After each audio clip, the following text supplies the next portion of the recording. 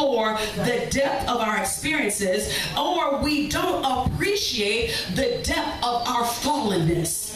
Meaning you don't really connect with just how much Christ has died for you and why he had to die for you. You don't really connect with that. And so when you reflect only on the good of you. You know, the picture perfect you. That's all you reflect on is the good. But no, there is a fallen part of you that God had to redeem. And so every now and then your reflection needs to include that redeem you. Let's look at a few scriptures. Let's look at Romans 7:23 quickly. Romans 7:23. This is part of that fallenness or the deeper experience that you need to think about.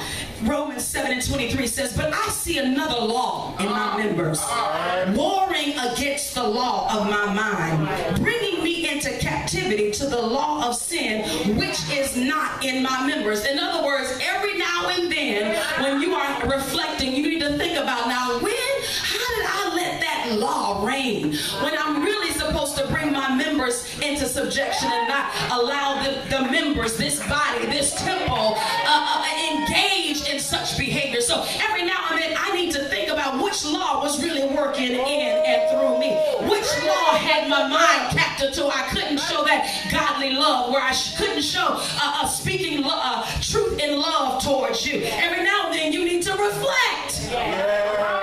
Look at Romans 8:5-8. Romans 8:5-8.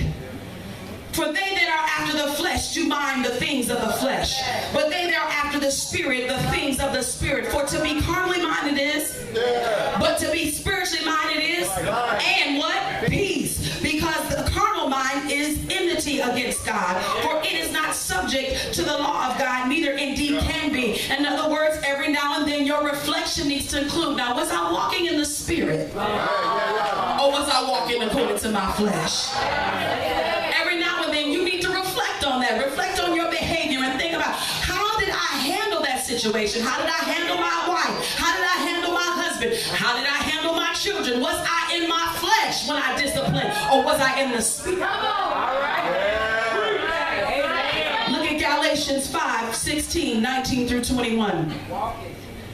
Galatians chapter 5, verse 16, 19-21.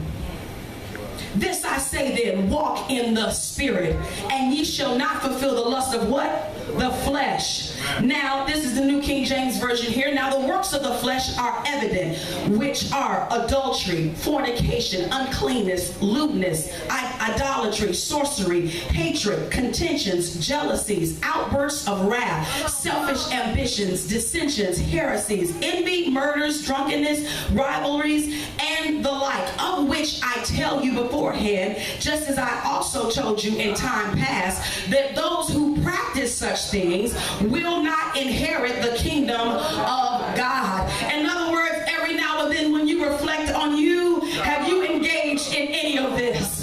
Have you engaged in the hatred? Have you been jealous? Have you had selfish ambitions? These are some deep reflections that will cause you to be shallow if you neglect thinking that you are so far removed from them. Tell somebody, you ain't far removed. Oh no, you are not that far removed. You just got redeemed last week. You are not that far removed from being selfish. Not that far removed. And so your reflection needs to include these types of things. One author says it this way: "Just a quick glance beneath the surface of our life makes it clear that more is going on than loving God and loving others. It requires only a moment of honest self-reflection to realize that no matter how much we have already changed, we still got a long way to go."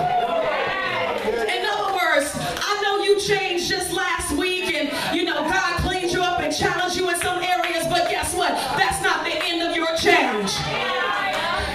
Because there's still some other areas, if you reflect long enough, there's still some other areas that, yes, is covered under the blood, but it needs to be changed. Yep, you're covered, but that needs to be changed. Tell somebody, somebody, that area needs to be changed. Another challenge that we have with reflection is when we only think about the facts and analyze them with our natural insight. And that brings me to the text. So when the servant of the man of God had risen early and gone forth, he had saw that the enemy had surrounded them.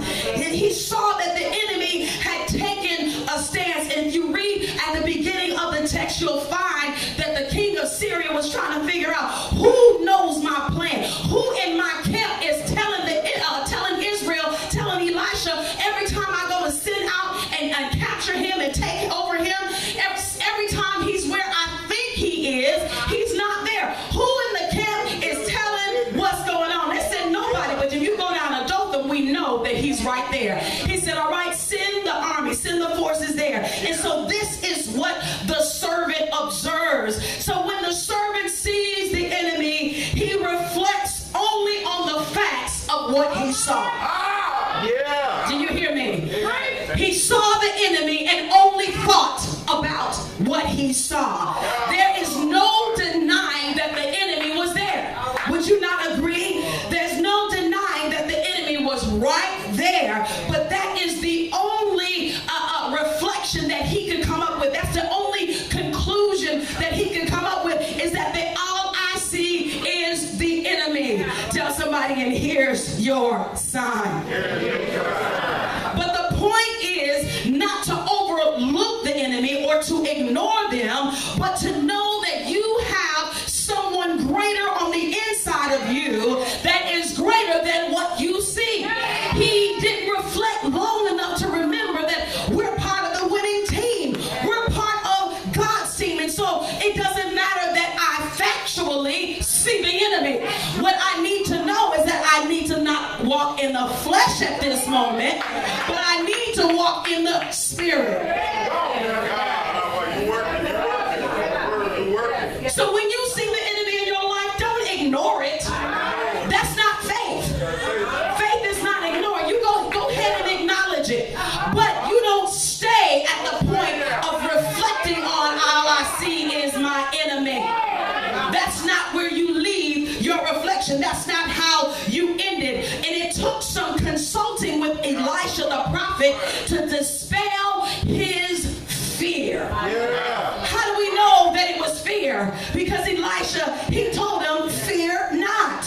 And even before you read what Elisha said, by the mere fact that he had a question, alas, oh my gosh, what in the world? That's what that means, alas. What in the world is really going on? Oh my Lord, what do you see? Do you see the enemy is out here? He's saying all that in the laugh. What shall we do?